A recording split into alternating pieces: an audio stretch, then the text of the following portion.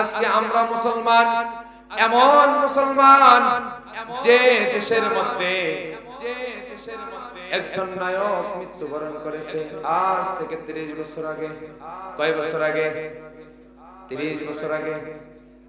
আজকে বাংলার মুসলমান যুবকরা যে নায়কের ছবি দেখলে গুনাহ আর গুনাহ, আজকে বাংলার মুসলমান ওই নায়কের হত্যাকারীদের বিচারের জন্য দাবি জানাচ্ছে, ওই নায়কের হত্যাকারীর বিচার চায়।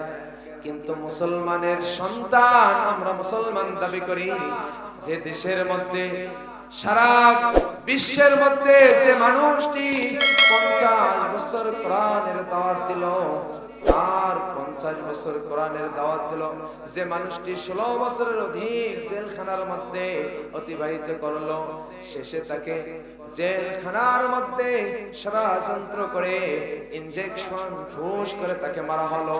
কিন্তু আমরা মুসলমান যে কোরআনের দাওয়াত দিল, তার মৃত্যুর প্রতিবাদে তার হত্যাকারীর বিচার চাই, তার হত্যাকারীর বিচারের জন্য আমরা কোনোদিন আন্দোলন করলাম না।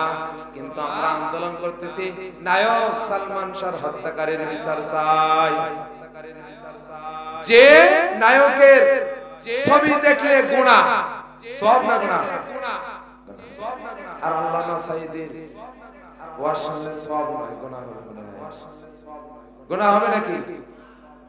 যে কোরআনের পাখি 50টি বছর বাংলার জমিন থেকে নিয়ে পৃথিবীর আনা আছে কোনা আছে কোরআনের দাওয়াত দিয়েছে, এই কোরআনের পাখিকে হত্যা করা হলো, আর এই কোরআনের পাখির হত্যার বিচার এখন পর্যন্ত বাংলার জমিনে কার্যকর করা হলো না।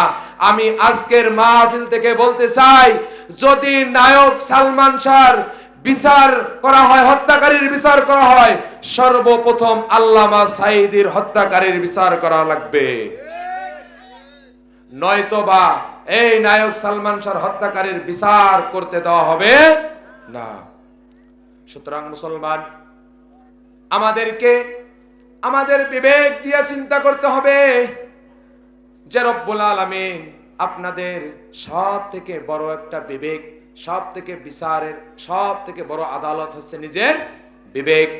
রব্বুল আলামিন আপনাকে আমাকে বিবেক দিয়েছে, এই বিবেক দিয়ে চিন্তা করতে হবে যে আজকে আমরা মুসলমান, আমাদের পরিস্থিতি কোথায়, আমরা কতদূর পর্যন্ত আল্লাহ তাআলার রাষ্ট্র, যে কোরআন হাদিস দ্বারা রাষ্ট্র পরিচালনা হোক, কতটুকু আমি মন থেকে চাই। আল্লাহর হাবিব সাল্লাল্লাহু আলাইহি ওয়াসাল্লাম বলেন, যে ব্যক্তি রাষ্ট্র কোরআন হাদিস দিয়ে চলক চায় না, যে ব্যক্তি বলে শরিয়া আইনে আমি বিশ্বাসী না, যে ব্যক্তি বলে আমরা শরিয়া আইন বিশ্বাস করি না, আল্লাহর হাবিব সাল্লাল্লাহু আলাইহি ওয়াসাল্লাম বলেন সে কখনো মুসলমান হতে পারে। কথা কেন আসতে হলো?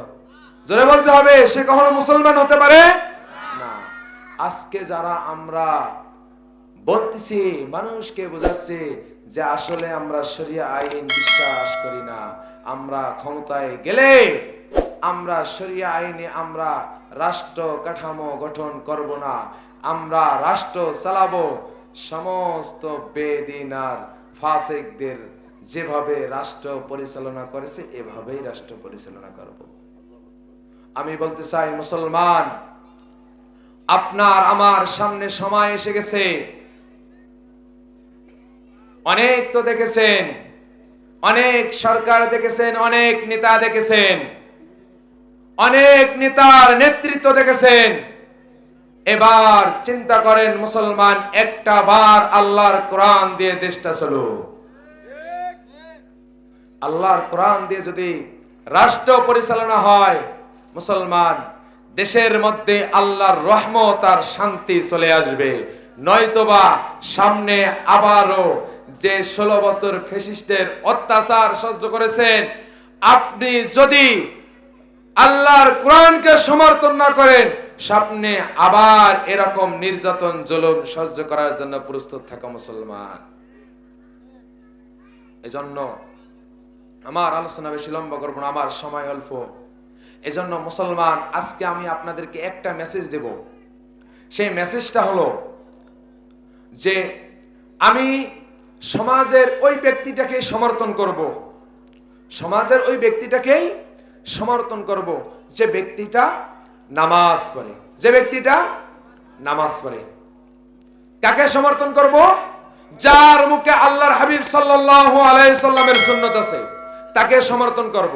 কেননা কাল কিয়ামতের দিন আল্লাহ রাব্বুল আলামিন বলবে যে তুমি কোন নেতার আনুগত্য করেছো, তুমি কোন নেতার আনুগত্য করেছো।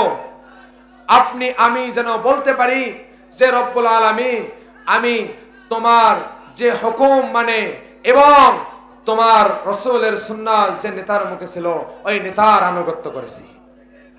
মুসলমান যদি আমরা তাকে সমর্থন করি, কাল কিয়ামতের দিন আল্লাহকে বলতে পারবো যে আমরা ওই ব্যক্তিটাকে সমর্থন করব, যেন আল্লাহ তাআলার কাঠগড়ায় যদি আমাকে যে তুমি কোন নেতার আনুগত্য করেছো, যেন আমি বলতে পারি যে আল্লাহ আমি ওই নেতার আনুগত্য করেছি যে নেতা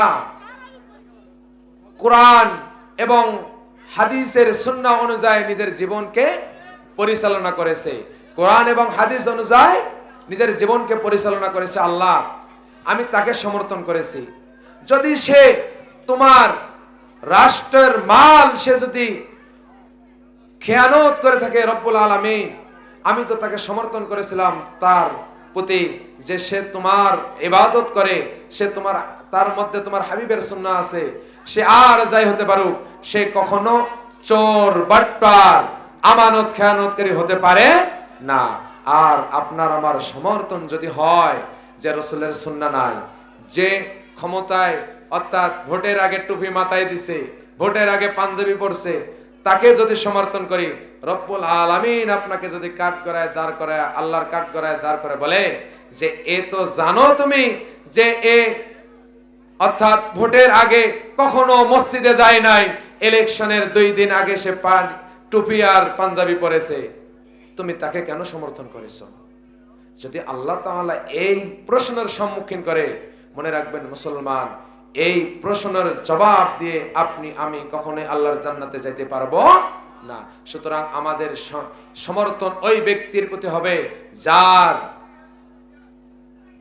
যার শরীরের মধ্যে আল্লাহ এবং আল্লাহর হাবিবের সুন্নাহ আছে, যে চায় যে রাষ্ট্র ক্ষমতাটা যেন আল্লাহর কোরআন দিয়ে চলে, যে নামাজের দাওয়াত নিয়ে আসবে, যে যাকাতের দাওয়াত নিয়ে আসবে, তাকেই আমরা সমর্থন করব। অন্যথায় আমরা কাউকে সমর্থন করব না ইনশাআল্লাহ।